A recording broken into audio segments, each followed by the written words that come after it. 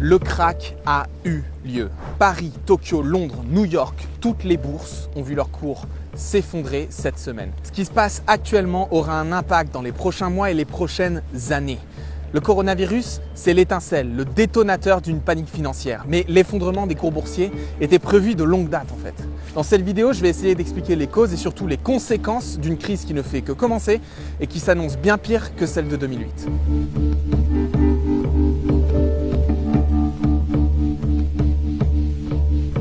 Le crack a eu lieu donc. La bourse pensait avoir touché le fond lundi, mais jeudi, l'indice des 40 plus grandes entreprises françaises a dévissé de 12%. C'est 10,7 milliards d'euros qui se sont envolés en fumée et elles devraient continuer à descendre dans les prochaines semaines. Mais pourquoi en fait ? Les analystes financiers se sont succédés pour expliquer que les contraintes commerciales liées à l'épidémie de coronavirus généraient des inquiétudes et que les mesures que pouvait prendre la Banque Centrale Européenne ne permettaient pas de les rassurer. Ouais, enfin ce qu'on voit sur ce graphique très concrètement, c'est la psychologie de marché on ne peut plus classique. C'est le résultat des choix des ultra-riches, c'est leur réaction face à ce qu'ils ne maîtrisent pas. Des grandes sociétés d'investissement, des grandes banques, des entreprises et des milliardaires ont passé l'ordre à des traders de vendre les actions et les titres de dette privée, c'est-à-dire les obligations, qu'ils possèdent afin d'empocher les 15-20% de hausse qu'ils ont enregistrés ces dernières années. Ils appellent cela prendre leurs bénéfices. Alors, leur objectif, c'est de vendre avant les autres. Et tant pis si ça provoque un effet domino et une crise généralisée, ils le savent que c'est un risque, mais ils pensent qu'ils vont s'en sortir mieux que les autres. D'ailleurs, c'est ce qui s'est passé pour la majorité d'entre eux entre 2007 et 2009. Que ce soit clair, le problème, c'est pas des milliards perdus par des riches boursicoteurs, c'est les conséquences humaines qui vont arriver très rapidement. Des tonnes de gens vont souffrir durement et pendant longtemps de ce qui vient de se passer. Et si les ultra-riches vont s'en tirer pas trop mal, c'est uniquement si nous, les gens qui n'ont rien à voir avec la finance, acceptons qu'ils nous la mettent à l'envers. Alors, qu'est-ce qu'ils ont prévu ? L'Express nous prédit dans sa une récession pire qu'en 2008. Et j'étais frappé de voir sous les commentaires sous ma dernière vidéo économique qu'un paquet de gens considéraient que la crise de 2008 n'avait eu aucune conséquence sur leur vie. Alors, qu'est-ce qu'il en est réellement ? La crise de 2008, c'est des millions de personnes qui ont perdu leur emploi parce que leur entreprise a fait faillite et d'autres millions de personnes qui n'ont pas pu payer les intérêts de leurs prêts immobiliers et qui ont dû du coup perdre leur maison. En France, c'est 40% de l'augmentation du chômage. C'est 800 000 personnes qui n'ont plus de boulot. C'est la dette publique qui explose et qui justifie des politiques d'austérité qu'on a subies imposées par l'Europe et qui ont amené la casse du service public. Il n'y a plus d'argent pour les hôpitaux, il n'y a plus d'argent pour l'école. Et la Grèce est super révélatrice de ces États qui se sont pété la gueule sur cette crise et se sont jamais relevés. Et cet État, ça pourrait être nous maintenant en fait. La Grèce, c'est 40% de leurs revenus qui sont partis pendant la crise, c'est 25% de chômage, c'est le taux de suicide qui a doublé dans sa population, quoi. Alors déjà, on est d'accord, c'est pas cool. Mais comment cette récession qui s'annonce sera encore pire ? Dans ma vidéo Le crack boursier qui vient, j'expliquais que l'atmosphère financière était saturée de matières inflammables et qu'une étincelle pouvait y foutre le feu. Alors je me suis planté sur l'étincelle, je pensais que ça viendrait des bulles spéculatives qui sont énormes actuellement. Comme en 2008 en fait. Mais en 2008, on avait un choc endogène, c'est-à-dire que la cause était interne à la finance. Il y avait une bulle spéculative immobilière, elle explosait et elle emmenait des banques et des assurances qui avaient mal géré le coup en faillite. La recette pour en sortir était relativement simple et les banques centrales étaient à la manœuvre. Ça va être important. Baisser les taux d'intérêt, inonder le marché de liquidités et sauver les banques, les nationaliser temporairement. Grâce à ça, dès 2009, les marchés financiers étaient déjà sortis de la récession. Mais pas les gens. Les gens, ils en ont chié vachement plus longtemps. Aujourd'hui, en 2020, l'arsenal de politique monétaire ne peut pas fonctionner en fait. Les banques centrales, par exemple, elles ne peuvent pas baisser davantage leur taux d'intérêt. Ils sont déjà négatifs. Ensuite, ce qui avait permis au marché de repartir, c'était la Chine, avec un taux de croissance de 7 à 9% et un plan de relance pharaonique. Mais tout ça, c'est fini. Maintenant, la Chine, c'est un taux de croissance de 4%. Xi Jinping, il n'arrête pas de critiquer le plan de relance parce que ça a fait exploser la dette. Donc bref, il n'y a plus la locomotive, quoi. Elle est moins enthousiaste, comment dire. Elle ne va pas créer l'effet de rebond, quoi, qu'ils espèrent.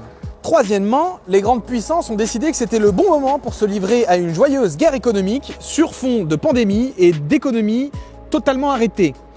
Lundi, c'était une baisse de 18% des cours du pétrole. C'est la plus grande dégringolade depuis la guerre du Golfe. C'est du jamais vu. Pourquoi est-ce que ça a lieu? Parce que la Russie a décidé d'ouvrir les vannes à blinde son pétrole pour faire baisser le coût du pétrole jusqu'à, là c'est 33 $, ce qui n'est pas du tout rentable pour l'économie américaine, dont surtout le pétrole de schiste qui lui n'est rentable qu'à 45 $ le baril. Donc ils espèrent comme ça dégommer l'industrie fossile américaine.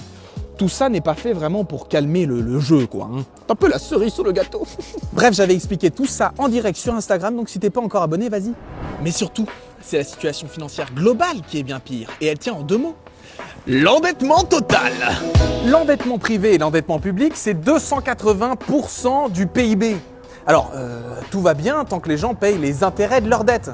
Là où ça coince, c'est quand ces gens arrêtent de le faire, lorsque l'économie ne ronronne plus, et là, elle ronronne plus du tout, l'économie. It's dead. Du coup, les marchés viennent toquer à la porte de l'État et viennent demander de la créativité budgétaire. Ben oui, parce que celle financière, elle est plus possible. Ah. Les gouvernements pourraient comme ça débloquer d'immenses budgets pour, en gros, nationaliser temporairement des entreprises qui feraient faillite. Ça pourrait être le cas, par exemple, pour Air France. Alors, en 2008, les États avaient fait ça pour les banques. Là, il s'agit de faire ça pour des industriels, les mêmes qui ont enregistré des dividendes records l'année dernière, mais n'auraient pas mis de côté de quoi faire face à des chocs. Non mais sérieux, on privatise les bénéfices et on socialise les pertes. Là, on est en plein dedans. La France en sortira évidemment affaiblie avec beaucoup plus de dettes et énormément de chômeurs. Des entreprises vont faire faillite, ça c'est certain, c'est déjà en cours. Quand on voit la vitesse avec laquelle ils ont demandé des aides de chômage partiel et la vitesse avec laquelle le gouvernement a accepté de les donner, on comprend la gravité de la situation qu'on est en train de vivre. Depuis le début de cette vidéo, on n'a même pas parlé des foyers possibles de crise systémique. Ils sont donc de 4. La reprise des crédits subprime, la dette des étudiants américains, les actifs pourris qui sont détenus par la Deutsche Bank et les banques italiennes et la bulle immobilière chinoise. Je vous mets un lien en dessous dans la description pour en savoir plus si vous le voulez. La principale digue contre une crise systémique mise en place par les autorités européennes, c'est un fonds de résolution qui va atteindre la somme de 55 milliards d'euros en 2023. Ce qui est ridicule, le bilan de BNP Paribas c'est 2000 milliards. Alors pourquoi si peu et pourquoi si tard ? Gaël Giraud nous explique que ce gobelet d'eau tiède tout juste bon à éteindre les cendres après l'incendie est aussi petit parce qu'il est alimenté par les banques et qu'elles ont bien compris, surtout depuis 2008, que s'il y avait une nouvelle crise, le contribuable européen serait mis à contribution et qu'elle n'aurait rien à débourser. Un crime organisé. Alors me direz-vous, pourquoi s'inquiéter d'une récession en 2020 si ça repart en 2021 ? Les analystes financiers sont très contents de nous dire que à un moment, ça va s'inverser. Ils l'ont vécu, eux, en 2009. Mais ils oublient de mentionner tous les cadavres que ça laisse sur leur passage. En plus, ils s'imaginent pouvoir rattraper la crise par des bons résultats, effectivement, en 2021 ou encore plus tard. Mais je veux dire, ça c'est une logique boursière, c'est pas ancré sur l'économie réelle. Les restaurants, là, où personne va manger chez eux, est-ce que c'est réaliste d'imaginer qu'on va aller manger 3 fois plus chez eux cet été qu'en temps normal ? Est-ce que vous allez prendre 4 mois de vacances en automne pour rattraper celles que vous n'avez pas pris ? Non, en fait. Les pertes en économie réelle, elles sont définitives, il n'y a pas de rattrapage. Et c'est des entreprises qui vont faire faillite. Donner un chiffre de l'impact économique de tout ce qui est en train de se passer actuellement est juste absurde. Enfin, c'est impossible, il y a trop de variables. Mais on peut facilement imaginer les conséquences. La conclusion de cette vidéo, c'est qu'il n'y a pas de quoi se réjouir d'un crack tant que l'on ne s'en sert pas pour changer le système. Or, ni les politiques, ni les banques, ni les multinationales ne pousseront pour un changement. Comme en 2008, les gens vont perdre leur emploi, ils vont en vouloir à la terre entière, l'extrême droite montera. Les dettes des États vont devenir complètement abyssales et ils utiliseront ce prétexte pour casser le modèle social. Dans une prochaine vidéo, on cherchera les moyens de contre-attaquer. Mais on n'a évidemment pas toutes les réponses actuellement. Alors j'appelle les associations, les collectifs, les syndicats même à s'emparer de cette question, à se parler et s'organiser pour éviter le pire et peut-être saisir l'occasion de construire le meilleur. Je vous remercie d'avoir regardé cette vidéo jusqu'au bout. Si vous en avez les moyens, vous pouvez soutenir notre taf sur Tipeee, même 5 €, une pinte par mois. Ça nous aide, c'est ce qui nous permet de traiter en toute indépendance des sujets aussi complexes en aussi peu de temps. Et je vous souhaite une bonne semaine.